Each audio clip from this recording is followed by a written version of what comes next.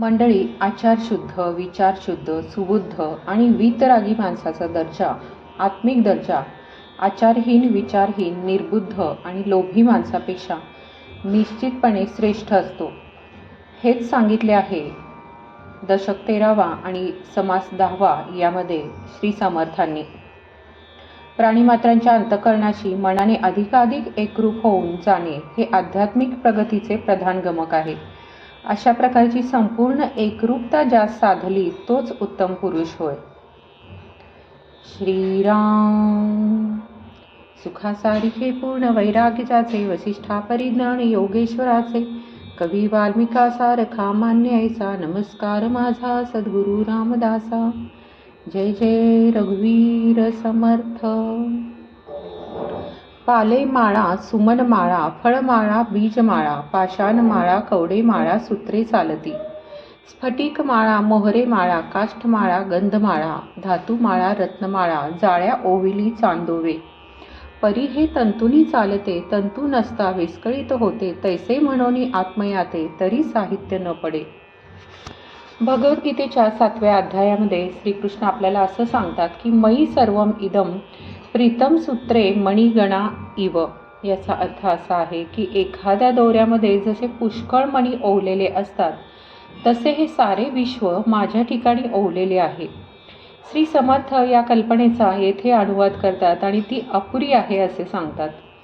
झाडाचा पाला, फुले, फळे, बीजे, पाषाण आणि कवड्या यांच्या माळा करतात, पण त्या सगळ्या दोरा ओवल्यामुळे होतात.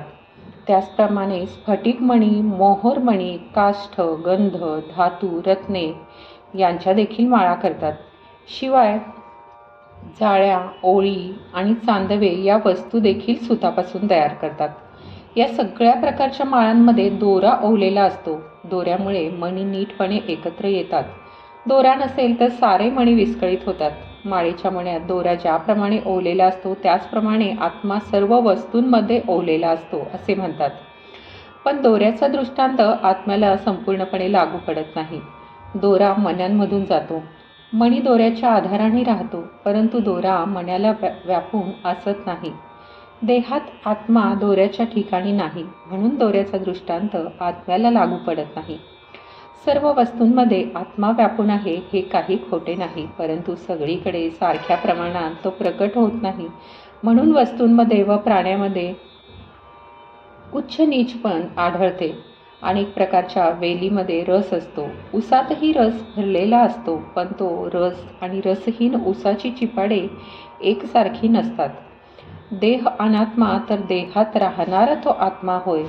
त्याहून परमात्मा तो श्रेष्ठ आहे. निरंजन परमात्म्याला कशाचीच उपमा देता येत नाही. राजापासून ते रंकापर्यंत जिकडे तिकडे माणसांचे समुदाय आढळतात, पण त्या सगळ्यांना सरसकट सारख्याच दर्जाचे किंवा लायकीचे मानता येणार नाही.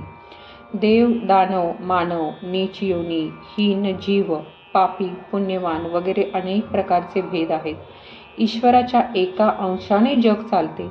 ईश्वराचा काही भाग जग व्यापून आहे हे अगदी खरे आहे, परंतु प्रत्येक वस्तूंचे व व्यक्तींचे सामर्थ्य वेगवेगळे आढळते. एकाच्या संगतीने मोक्ष मिळतो तर एकाच्या संगतीने नरकात जावे लागते.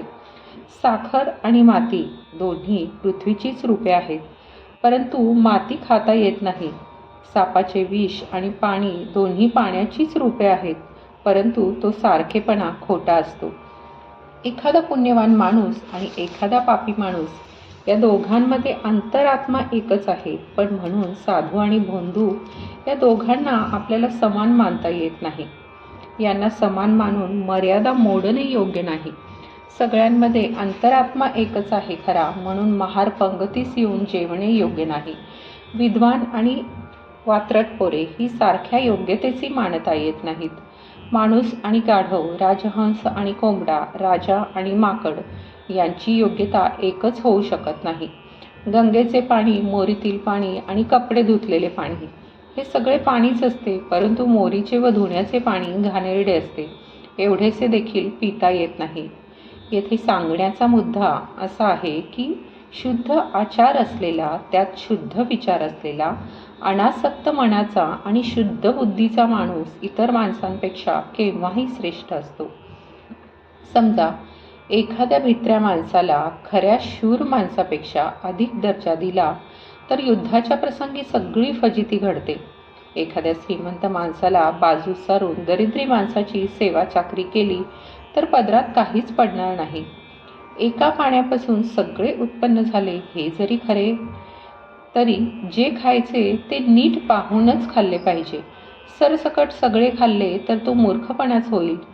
पाण्यापासून अन्न होते, अन्नाचाच ओप बनतो असे म्हणून वांतीचे भोजन करता येत नाही. त्याचप्रमाणे जे निंद्य आहे ते सोडून द्यावे, जे हृद आहे ते अंतःकरणामध्ये वागवावे. अशा रीतीने जगामध्ये आपली कीर्ती भरून टाकावी. हिनाचा अवलंब करणे हे करंटेपण होय. ते अगदी टाकून उत्तम पुरुष बनावे. सगळ्या लोकांना खुश ठेवावे. लोकांचे मनोगत सांभाळून त्यांना हळूहळू शिकवावे. कोणाचे मन न दुखावता सर्वांशी मनाने समरस व्हावे. उत्तम पुरुषाला जे उत्तम आहे तेच आवडते. हीन माणसांना ते आवडत नाही.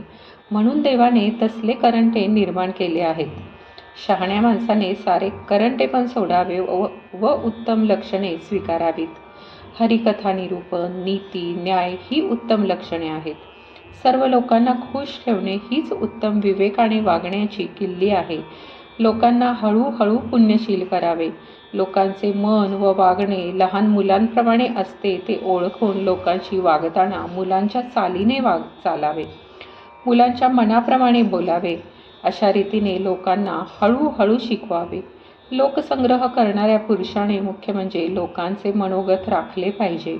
हेच खरे चातुर्याचे लक्षण आहे.